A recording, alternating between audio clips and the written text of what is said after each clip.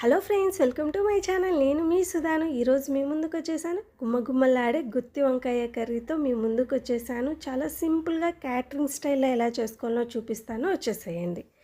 First మనం ఒక పావు కేజీ వంకాయలకి సరిపడా ఇక్కడ క్వాంటిటీస్ తీసుకుంటున్నామండి. చిన్న నిమ్మకాయ సైజ్ అంతా చింతపండుని తీసుకొని కొన్ని నీళ్లు పోసుకొని ఈ విధంగా ఒక 10 నిమిషాలు నానబెట్టుకోండి. పావు కేజీ వంకాయలని తీసుకొని నీట్గా క్లీన్ చేసుకొని ఈ విధంగా 4 భాగాలుగా కట్ చేసుకొని ఉప్పు నీళ్ళల్లో వేసుకొని కొద్దిసేపు పక్కన పెట్టుకోండి. ఇప్పుడు కర్రీలోకి మసాలా పౌడర్ రెడీ చేసుకోవడం కోసం స్టవ్ పైన ప్యాన్ పెట్టుకొని అందులో 3 టేబుల్ స్పూన్ల శనక్కాయ పప్పులు, 2 టేబుల్ స్పూన్ల ఎండు కొబ్బరిని వేసుకొని మీడియం ఫ్లేమ్లో పెట్టుకొని 1 నిమిషం పాటు బాగా ఫ్రై చేసుకోండి. ఇలా ఫ్రై అవుతున్నప్పుడు ఇందులోనే 2 టేబుల్ స్పూన్ల ధనియాలను కూడా వేసుకోండి. పావు స్పూన్ జీలకర్ర వేసుకోవాలి. పావించు దాల్చిన చెక్క, 3 లవంగాలను వేసుకోవాలి. మీరు ఎంతైతే కారం కావాలనుకుంటున్నారో అన్ని ఎండు మిరపకాయలని వేసుకొని మీడియం ఫ్లేమ్లో పెట్టుకొని లైట్గా కలర్ చేంజ్ అయ్యే వరకు ఫ్రై చేసుకోండి. ఇంకా లాస్ట్లో మనం ఆఫ్ చేస్తామనగా ఇందులో 1 స్పూన్ తెల్ల నువ్వులు వేసుకోండి.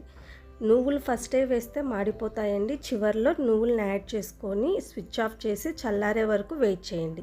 చల్లారిన తర్వాత ఈ విధంగా మిక్సీ జార్లోకి ట్రాన్స్ఫర్ చేసుకొని ఇందులో చిటికెడు పసుపు, కొద్దిగా ఉప్పును కూడా వేసుకొని మూత పెట్టేసి బాగా మెత్తగా గ్రైండ్ చేసుకోండి. చూడండి, ఈ విధంగా మెత్తగా గ్రైండ్ చేసుకున్న తర్వాత ఇప్పుడు ఇందులో మనం ఆల్రెడీ నానబెట్టుకున్న చింతపండు, కొద్దిగా నీళ్ళను కూడా వేసుకొని మరోసారి మెత్తగా గ్రైండ్ చేసుకోండి.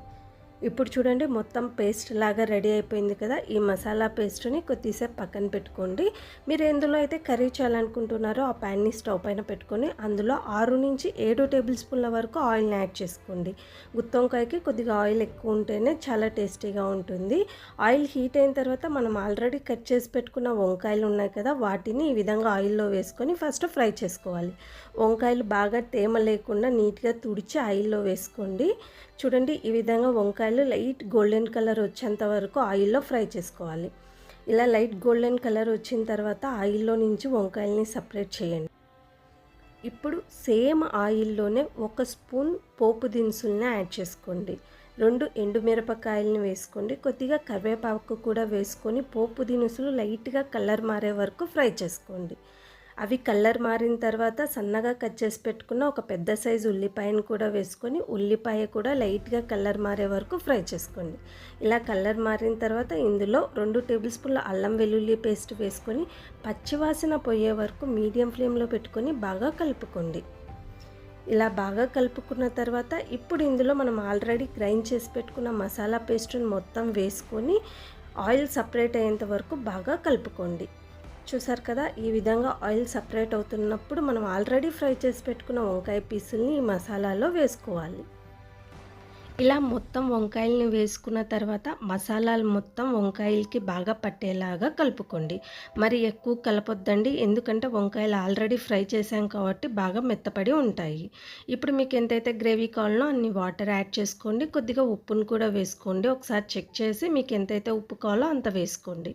ఒకసారి కలిపేసి మూత పెట్టేసి మీడియం ఫ్లేమ్లో పెట్టుకొని గ్రేవీ చిక్కబడి ఈ విధంగా ఆయిల్ సపరేట్ అయ్యేంత వరకు కుక్ చేసుకోండి. చూడండి, గ్రేవీ బాగా చిక్కబడిపోయింది, ఆయిల్ కూడా సపరేట్ అయిపోయింది. కొద్దిగా కొత్తిమీరని కూడా చల్లుకొని ఇంకా ఈ వంకాయ కర్రీని సర్వ్ చేసుకోవడమే అండి. ఇది వైట్ రైస్ కానీ బిర్యానీ రెసిపీస్ కానీ చపాతీకి రొట్టెకు వేటితో సర్వ్ చేసుకున్న గుత్తి వంకాయ సూపర్గా ఉంటుంది. చాలా సింపుల్ కదా చేసుకోవడం. మీరు కూడా మీ ఇంట్లో ట్రై చేయండి. మీకు ఎలా వచ్చిందో కామెంట్ సెక్షన్లో చెప్పండి.